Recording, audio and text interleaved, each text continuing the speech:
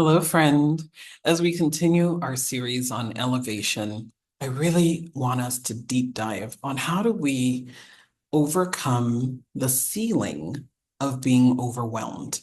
You see, too many of us are really living a life that's overscheduled, overworked, and we are not focusing on the things that are truly important. Sometimes with elevation comes the risk of being overwhelmed because there's just so much more to do. So I want to give practical strategies to help you overcome overwhelm. And this today's strategy I want to share is the strategy of deferment. You know, many of us have so many things that we want to do, but I encourage, especially those that I have the opportunity to mentor or coach, for people to get very strategic about what is their priority for the moment. I like to break up my year, my 12 months every year, into manageable 3-month blocks. So every 12 weeks, I'm thinking, what am I going to hyper focus on in this season so that I can make sure that I'm making meaningful progress and enabled to really do so in a way that doesn't overwhelm me. Now, when you're overwhelmed, you're likely to be irritable, more highly susceptible to disease, and more likely to just not be the kind of person that anybody wants to be around. That's why overwhelm isn't good. And so one of the strategies is deferment, that maybe what you want to do is good, but you might need to consider doing it later. And this is something I had to put into practice this year. Earlier this year, my family and I made some really strategic decisions. We decided to move house, change schools for the kids, move to a different part of our city, decided professionally to ramp up on our consulting business.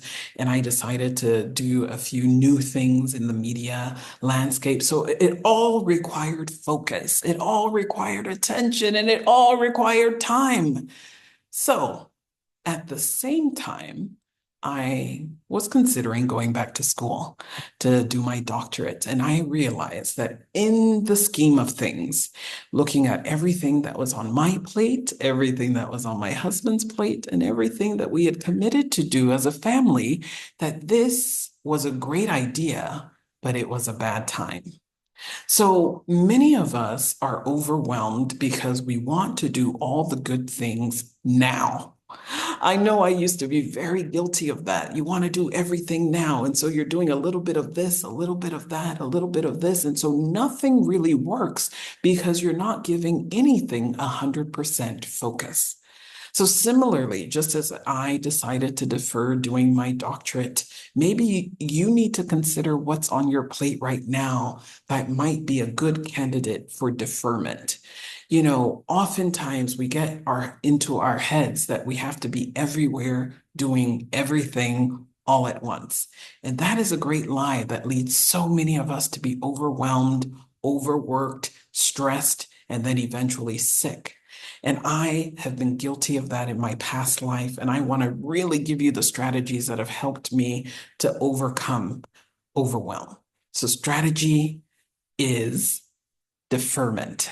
You really want to make sure you're looking at all of the things that are on your plate right now and considering what might I defer to a later time? Because deferring doesn't mean you'll never get to it. It just means that you're creating space right now for other priorities. I hope this strategy blesses you, and I hope that you'll make it practical. You'll begin to look at all of the things that you're committed to right now and to consider which one do I really focus on now, and which ones do I defer to the future. I know that this has been a great savior in my life.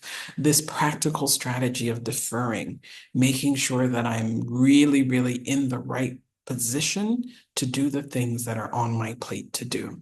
I hope that as you practice this strategy, you see great success in the way that I have. And I pray until next time that God helps you to live empowered. Bye.